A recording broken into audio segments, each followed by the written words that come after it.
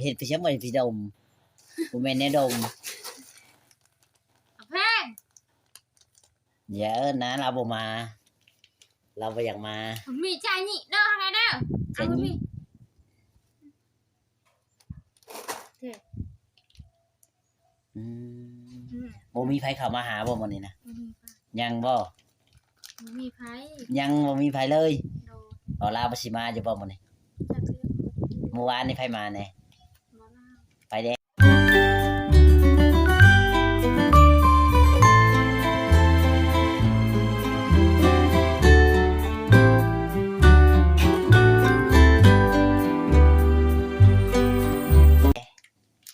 บ่เอาไว้ยัง เจ้าถามข่อยถามเจ้า จะสิว่าบ่าวหยังพี่จัก บ่อีหยังกัน อ๋อ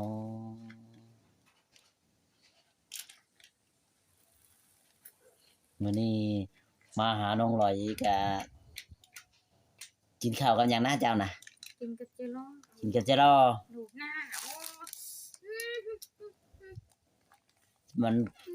แขวมันกัดเนาะซีมึงดูนะคือกันว่ากันเป็นยังไงนะก็น้ำมะพร้าวกับเจ้าไปเห็ดมันเพียงอันนั้นวุ่นมันข้างในเนาะ เมื่อมาพี่สิใส่ทั้งปองง จะไปให้ลูกกินตัวเป็นหวัด มันเป็นแม่ เป็นหวัดจนสิเป็นหยังน้องลอยกับน้องอุ่นมี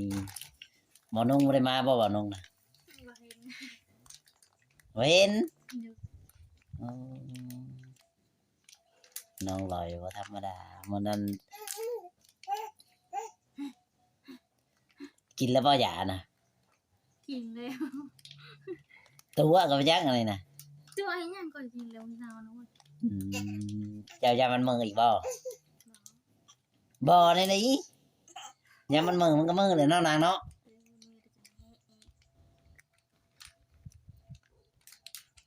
กัดเนาะกระดูกกินแล้วมันจะเป็นนี่ใช่มันเป็นได้ไดฮะเดนางมันมีเรายังดีใจชมว่าน้ำมันรวมดีมันโมเมนน้ำข้าวอย่างเดียวผลไม้รวม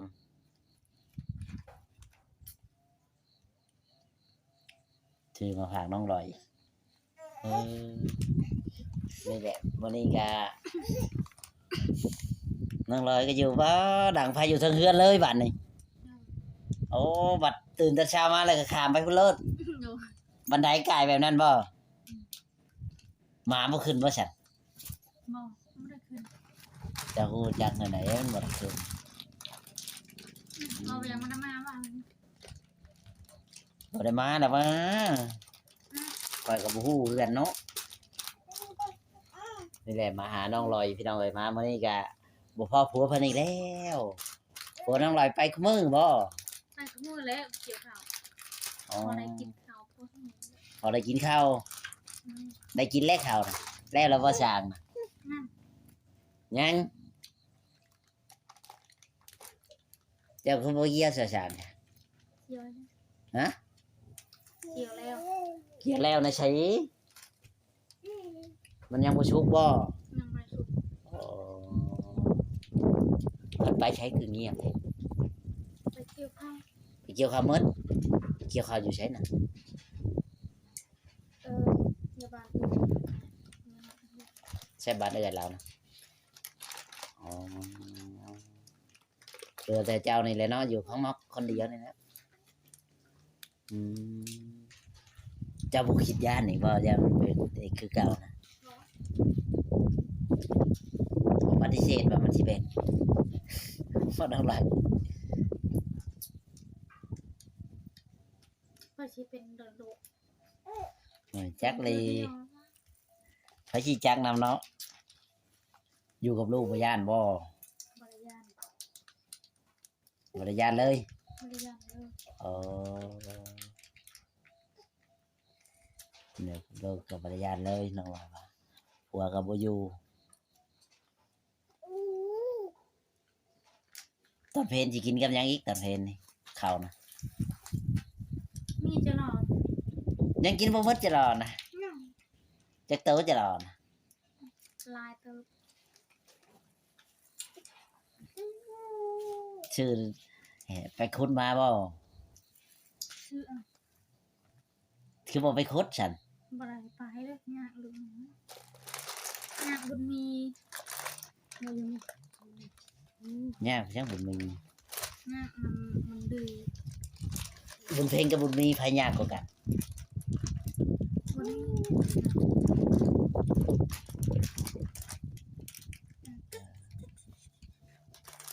มีแต่งพวกเด้อพวกเอ้ย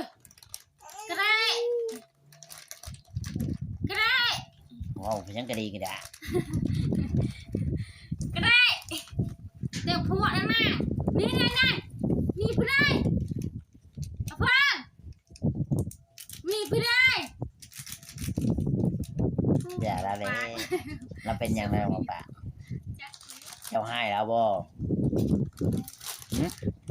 ไปสิหาย เว้าอีหลีไผสิตัว ไปหาย ย่านว่าเจ้าให้แล้วเราเป็นหยังจ้ะมันเป็นแบบนั้นคือพ่อ เอาเพิ่ม เยอะนะเราบ่ปาก เอาเพิ่มตุ๊กตาวิติอยากลองไหมอ่ะโอ้ จะเว้าหยัง ฮะ เดี๋ยวเขาจะไปถามเราจะหน่อยนี่ เอาลง น้องบุญมีน้องลอยคืออยู่แต่ในเฮือนคือบ่ไปอยู่ต้นไม้ผมมันเย็นดี โอ้ยนี่ก็เย็นคอยยันดูทำไป มันสิไปเนี่ยใดโอ้โหเอาชาติปลูกไว้กับมันทานแถวนั้นแหล้วไปได้ในใดเจ้าก็ถามว่า ไปเรื่อยไปเรื่อยไป เจ้าก็เบิ่งอยู่นี่เจ้าบ่เบิ่งมันก็ไปคือเก่าแล้วครับมันสิ ไป ไป อยู่นี่มันเห็น คือกันนั่นแหละเจะไปอยู่เพิ่นก็คือกันนั่นแหละน้องร้อยเอาไปที่นี่ได้บ่เจ้าน่ะ ไป เจ้าไปห้องนี่ได้บ่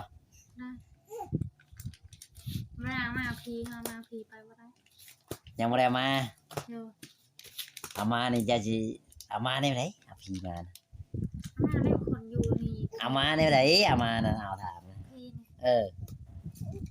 ว่าเขาเดือนนึง รู้จักอยู่เอามาพอได้ไปเอาไปแบกมาบ่หรือไปหามมา เพื่อความเวก ไปแบกเอาแล้วเราสิเอามาได้บ่ผู้เดียวเราแบกเอานะ ได้สิเป็นเนี่ยคือว่าตี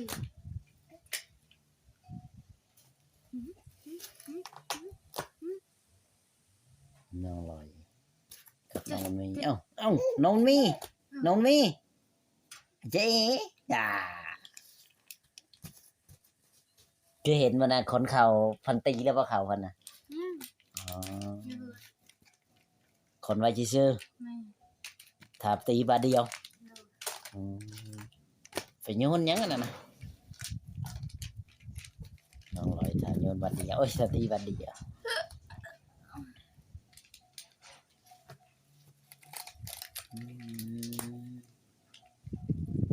เอามาเมื่อไรบ่เครื่องของเพื่อนน่ะเมื่อแล้วเหลือแต่หยังบัดนี้ ไม่มีอย่างเดียว บ่มีหยังเลยเหลือเฮือนเด้กับผีเด้เจ้ายังบ่ได้มา เตรียมผัวเรือจะเตรียมผัวเรือวัดเรือนะ จะว่ายังจะให้ลูกบ่ มันเปลี่ยนตาเด็ด แต่แล้เจ้าขนาดข่อยเอิ้นแล้วยังบ่ปาก มันจางจาง ย่านข่อยเรื่องไหนแต่เก่าได้ฉัน ที่เก่ามันได้ยาก น่ะเนี่ยนี่คือย่านฉัน เป็นหยัง จะเป็นยัง ฮ่า นี่บ่น้ำมะพร้าวนี่บ่จง เออมางหยังชานั่นน่ะ น้ำมะพร้าว เออ บุญเนี่ยฉันนะผมเป็นบุญมะพร้าวน้องลอยว่าจะเอาน้ำมะพร้าวตายบัดคอยซื้อแบบเป็นถุงมันยังได้หลายเจ้าจะไปกินหลายซื้อเป็นอันนั้นเจ้าก็ได้กินน้อยเดียวแม่นบ่มะพร้าว แม่น หรือหมักชะโมไม่แจ้งจะบอกหมักชะโม บุญมีน่ะ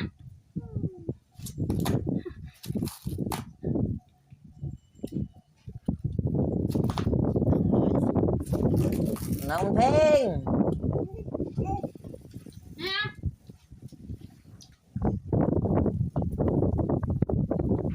น้องลอยจะเฮ็ดหยังไงเหือนนะนอน นอนบ่ชาวนี่ ไม่ได้นอนเบิ่งลูก ตรงลูกคิดว่าจะลูกตกถ้ามันที่ตกมันก็ตกคือเก่าแล้วบ่ได้ถามหาข่อยบ่ข่อยบ่ได้มานะเนาะ ทำเราเรียง แล้วว่าไหน จักแล้วนอนเรียง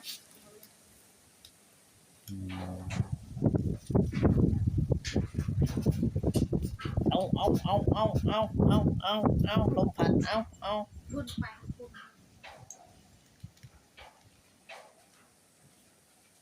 แล้วก็ไปตามประชาของเราพายกระเป๋ายังนะยัง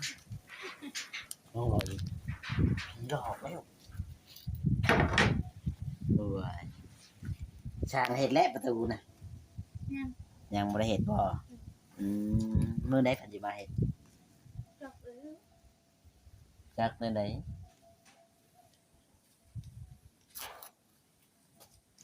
เราบ่มีหมู่เราก็แล่นไปลิ้นคนเดียวแล้วแม่นแล้ววะย่านบ่อยู่คนเดียว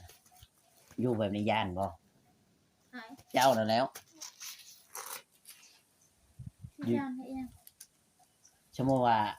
ขันเจ้าไปอยู่ลบคือติดอยู่พุ่นน่ะเจ้าคิดย่านอยู่ว่าอยู่ลบ ย่าง ย่านอยู่ยังตะกี้ว่าบ่ได้ย่านบัดนี้บัดว่าย่านอีกแล้ว อะไรมันนี่ ปลูกและปลูกหยัง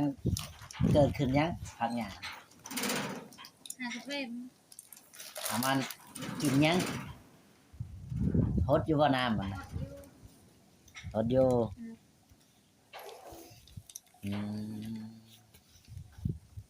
ฮดอยู่น้องบุญมีน้องบุญมีนี่เนาะน้องลอยหลังจากเราเป็นอย่างนั้นแล้วก็พันยังอยู่บ่เมื่อวานนี่นะ ไม่ได้พัน อ๋อบ่ได้พันเลยจากเป็นลมมาแล้วครับผัวมาผัวก็บ่ได้เว่าในนั้นใดเจ้าเว่าในไหนกับผัวบอกให้เขาฟังหน่อย มันเพลงบอก เจ้าบ่ได้บอก เป็นหยังคือบ่บอก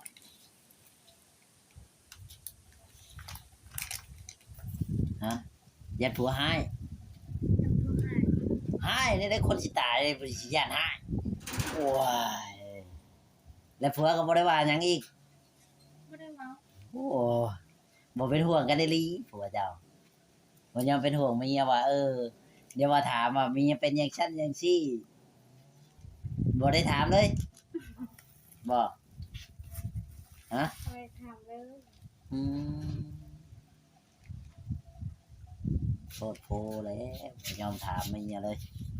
ยอมเลยนี่แหละ ทางนางลอยเนาะน้องบุญมี กินหยังนั่นน่ะเอี้ยเอี้ยเอี้ยกินโลๆเละๆน้องบุญมีนี่อย่ากินอย่าขาคอตายหาได้บัดนี่แหละน้องลอยไม่ได้แม่ว่ากินอย่างเดียวบนลูก ให้กินเพียงกระดาษกระเด็ดขาคอลูกเด้อเอ้ยไปชิ้นหยกกองกันเฮ้ย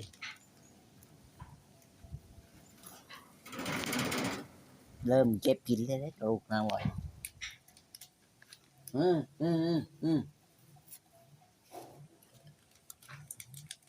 เจ้าเบิ่งเด้อลูกเจ้าเก็บหยังกินนะ โดย มันขาคอว่าสิว่าไปช่างติดคอลูกคอยอีกแล้ว เจ้าพยายามเบิ่งเอากินแล้วบัญญัติมันเก่าไว้ให้ผัวบ่ฮะ วางบนพื้นกิน ตัวแม่นเจ้าของม่วนใช่กันสิหมดแล้วหมดจักห่อแล้ว ชอง คือกันบ่กับเราเป็นขวด บ่คือกัน บ่คือกันเด้ตัวนั้นกับตัวนี้ตัวได้แซ่บกว่ากัน ตีน